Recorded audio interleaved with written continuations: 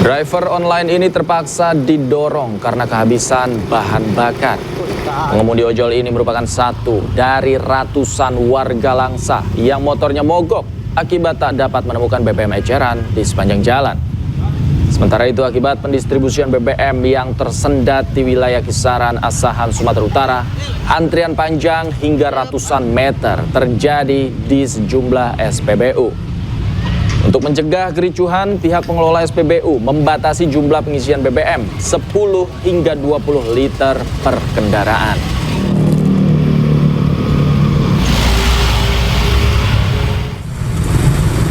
Sementara itu di Langsa, Aceh, antrian panjang warga untuk mendapatkan BBM di salah satu SPBU manjang hingga 1 kilometer.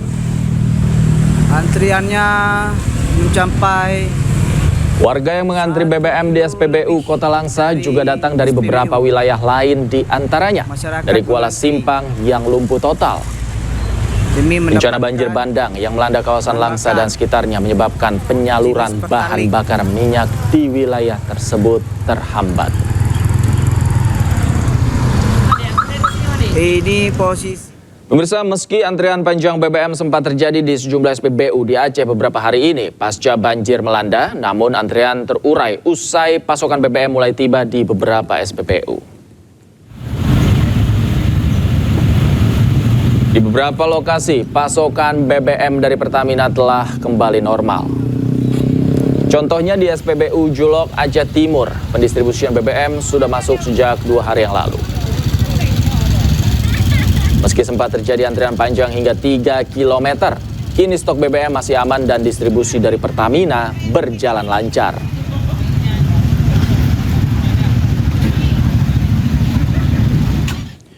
Petugas tim gabungan terus berupaya melakukan pencarian terhadap korban hilang pasca banjir bandang menerjang 3 desa di Kecamatan Batang Toru, Kabupaten Tapanuli Selatan, Sumatera Utara. Dalam pencarian kali ini petugas melibatkan 4 ekor anjing pelacak milik Polri.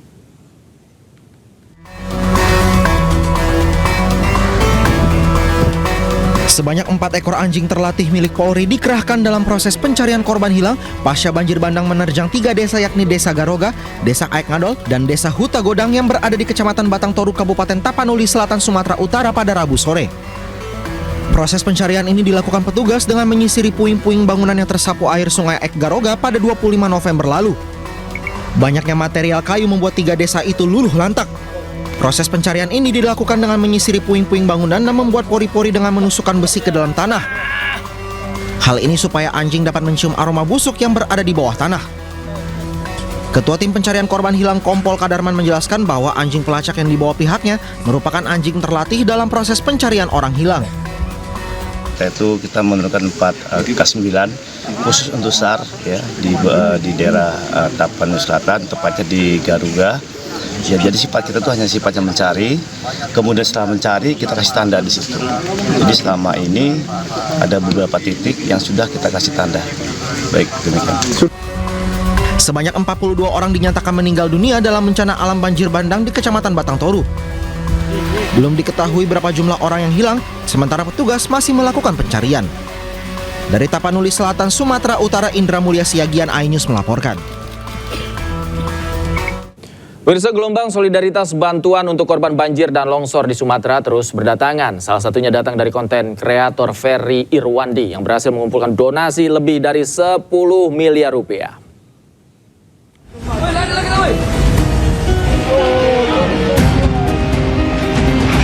Bencana banjir bandang dan tanah longsor yang melanda sejumlah wilayah di Sumatera menyisakan duka mendalam bagi masyarakat terdampak. Melihat kondisi ini, gelombang solidaritas bantuan untuk korban terus berdatangan, termasuk dari para pesohor di Indonesia. Salah satunya datang dari kreator konten Ferry Irwandi. Pendiri Malaka ini berhasil mengumpulkan donasi lebih dari 10 miliar rupiah dari masyarakat. Padahal awalnya Ferry hanya targetkan 500 juta rupiah. Gue speechless karena di awal targetnya cuma 500 juta, ternyata bisa terkumpul sebanyak itu. Gokil lah, masyarakat Indonesia gokil banget. Dan terima kasih sudah percaya, terima kasih sudah membantu, terima kasih sudah saling menjaga ya teman-teman, dan sudah jadi tanggung jawab dengan dana sebesar itu, dengan kepercayaan sebesar itu, semua bantuan ini bisa tersalurkan secara tepat sasaran, akuntabel, dan transparan. Ferry juga menjelaskan penggunaan dana hasil donasi ini akan diperbaharui secara berkala. Masyarakat pun bisa melihat melalui kitabisa.com. Masih tinggi banget. Dan udah berapa hari, Bang? Seminggu masih kayak gini. Ferry Irwandi juga ikut langsung memberikan bantuan ke lokasi bencana dan langsung memastikan bantuan tersebut sampai kepada masyarakat yang berhak. Tim Liputan iNews melaporkan. Pemirsa, DPR panggil Menteri Kehutanan Raja Juli Antoni terkait banjir bandang dan longsor yang melanda 3 provinsi di Aceh. Secara bergantian, anggota Komisi 4 DPR mencecar Menteri Kehutanan Raja Juli Antoni terkait terjadinya bencana banjir bandang dan longsor di Aceh, Sumatera Utara, dan Sumatera Barat. Anggota Komisi 4 DPR fraksi PKS Rahmat Saleh bahkan meminta para menteri yang dianggap tidak mampu menangani banjir dan longsor untuk mengundurkan diri. Sumatera. Menteri yang kami hormati, 1 nyawa bagi itu sangat berharga.